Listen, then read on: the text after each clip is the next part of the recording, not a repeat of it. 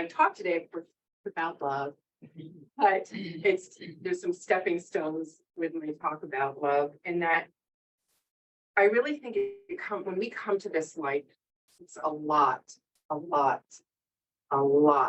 courage to be here.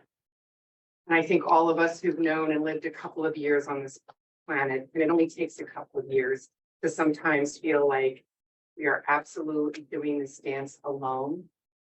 We feel we sometimes get the tar just knocked out of us.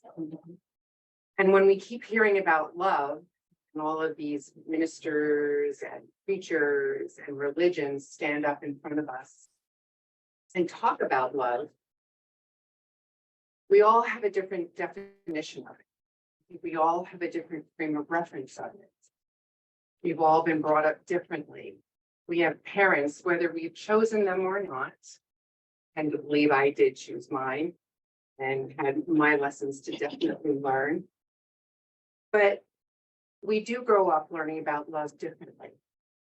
And sometimes it is really hard. About, I guess, maybe 10 years ago, I had a past life regression, and I wanted actually a life between life regression done. So I went to this hypnotherapist. And of course, every person who comes to a hypnotherapist that's doing the metaphysical thing, usually one of their major questions is, what is my purpose? Why am I here? What's this all about? Why did I choose this crazy family that I love to death? And sometimes I want to hide and run. But I asked, what is my purpose? And in trance, it was so interesting. My spirit guide came right up in front of me. And I have a snarky spirit guide, just to let you know. I guess it matches the personality. But he's like, you know, why are you even here? You know your God. And I said, well, I need to hear it outside of myself. And he said, you're here to learn to love. And I said, But at the same point, I sat there really thinking about, what am I really learning about love while I'm here? And so the last 7 years, I moved away from where I live, very close to the center. And that was one of the hardest decisions for me to make, was to move away from being close to here, because I love this center. But I found a place that I wanted to be in the woods. I felt called to be away. And I felt called to be in a new place. And I also asked Spirit, I said, I have all these people in my life that are kind of flitting in and out. I said, please bring me only the friends that I can help them for their highest good. And they help me. And how can I give back? And somewhere in this journey, I really started feeling like I need to give back. What is that? What way do I give back to find that place and that center of love that I can really authentically give to other people, and not just in pretty words and a pat on the back and a hug now and then? What can I give that people can walk away with and find that space within themselves?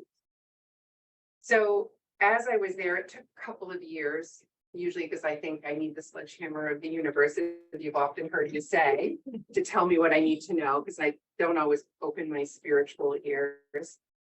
And I sat there and I kept putting it out. What can I do? I'm really in the last third of my life. And in this last third, I do want to go out with a bang. I do want to go out giving. I do really want to give back. Because I know if I'm on that other side and they say, so how was life? I'll go, I didn't give enough. If I say that, I'm going to be really annoyed at myself. And I said, I need to do something where I feel like I give enough. And I want to give it back, whatever that is. You know, whatever gifts that I may potentially have, or whatever I can do, what do I give back? So it took up to about 3 years ago. So I was at my house for 4 years, and when, you know, COVID hit, and it started just sledgehammering in. And of course, this is not a conversation for me to talk about my journey in quantum healing hypnosis technique, working with hypnotherapy and past life regressions, and tapping in to talk to your higher self, the you that's really you. But what it is when I started to take this and I started meeting people that started coming to my door that I would never, ever have met. I would never have opened my home or my heart to. I started finding different levels of love from these people. Love that comes with pain, love that comes with abuse, love that comes from a broken heart, and love that comes from strength and joy and forgiveness. My clients have just taught me so much. When they keep telling me I've given them, they give back tenfold. And every time I'm blessed to be with someone who has been a client of mine, I've learned the story of love, so many levels. And I don't think that love comes in a burning bush. It comes in people, and it comes in experiences, and it comes in the challenges that we have to face ourselves. So I started working with deeper meditation. Down by me, there's a woman that works in this area. And without going into tons of detail, I'm not one to meditate. I sometimes feel I have too much energy and I'm always trying to calm that crazy monkey brain of mine down. But I also have learned that meditation comes in many ways also. Meditation can come in a walk, it can come a drive in a car, it can come with beautiful music, it can come with a silent space, it can come with reading a book and you find the most amazing phrase that just touches your mind and your soul. And one of the things I found in meditation when I started asking though about love, I said, okay, here's my purpose. What's the next step? The next step was to learn to love past the pain. That's what came to me. Love past the pain. It's not just joy. It's not just love for the rainbows and hearts and beautiful things that we think. Love is something that can kick the tar out of us and can embrace us bigger than a hug. But it's something that we have to go within. And we get the pain to learn how to love. We have to go through these things. And I really said to some of my clients and even to myself, if we came on this ride here and we were just coasting and coasting and coasting, what would we be learning? Who would we be at the end of our lives? This smooth little ride would have been fun, but why would we be here to embrace each other and to learn from each other? So I really found that when I had to start learning to love past the pain and go back to the core of myself, my family, my upbringing, with my mom and dad who had their own pain and their own love, and they only could love me the way they knew how to love me, with their own little deficiencies that I have also. But I've learned in that love, the art of forgiveness, and I'm still learning it, but it's there. So it's not just love, but it's going that next step. It's forgiving and finding that place within yourself. And then the next step, after learning to love past the pain, it comes full circle. It's love yourself. Love yourself. We have spent thousands of years with religions, and I have nothing against wrong with religions because there's a beautiful place for that, for whatever journey that you're in.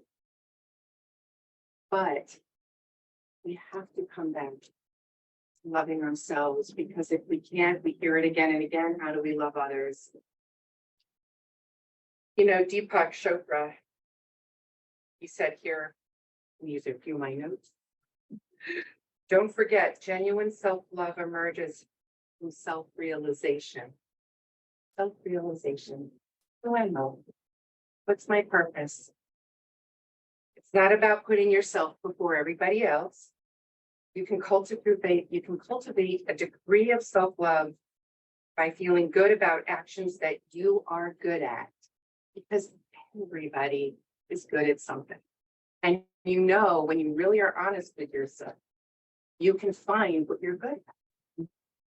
Teal Swan said it once, if you really can't look in the mirror and say that you love yourself, get up in the morning, get a glass of water. I know I've shared this with a little story with a couple of you, but get a glass of water and sit it in front of you and look at that water and meditate on it for 2 or 3 minutes. Don't need a long time, and send out how much you love that water. And say to that water, you are amazing.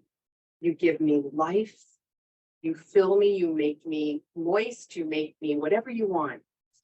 You taste good going down, or you taste like nothing. And I love that feeling when I'm getting quenched. You water my plants, you bring greenness to this planet. You make the oceans clear. Whatever you want, send love to that water.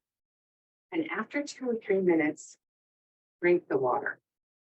Drink the love that you sent to that water. And when you do that, if you can't look in the mirror the first day in the morning going, oh my God, you look like garbage, when you get up.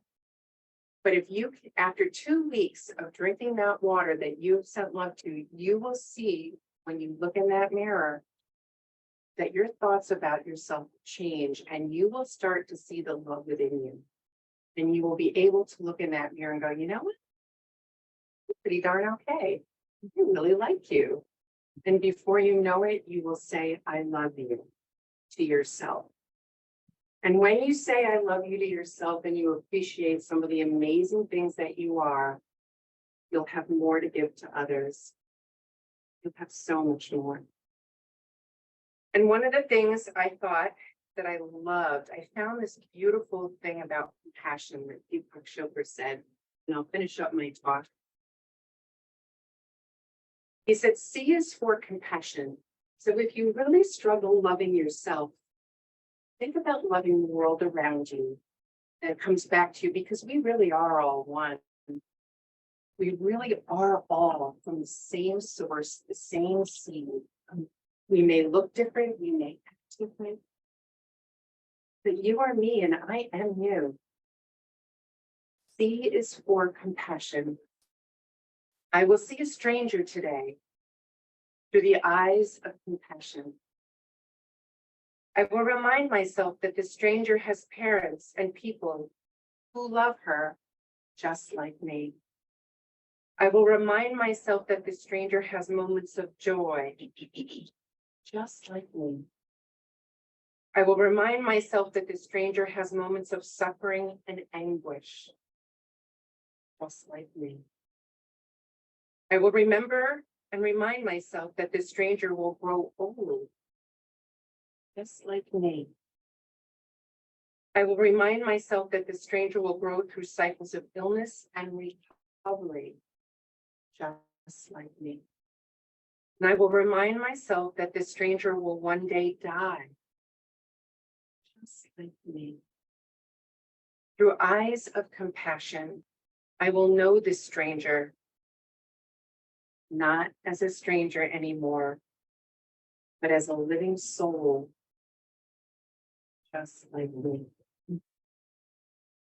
So look out among you and find the love in yourself. Have it, it's all there, you're amazing. For those of you who are Christian, there are 10 commandments, and the first one says, love God. And I think that's in almost every religion. But if you believe you are a part of God, and I know it's tough for people to say you are God, so I'll just say you're a part of God. Remember, there's love here for you too. And find the compassion within yourself today, but then you'll have so much more to give to others.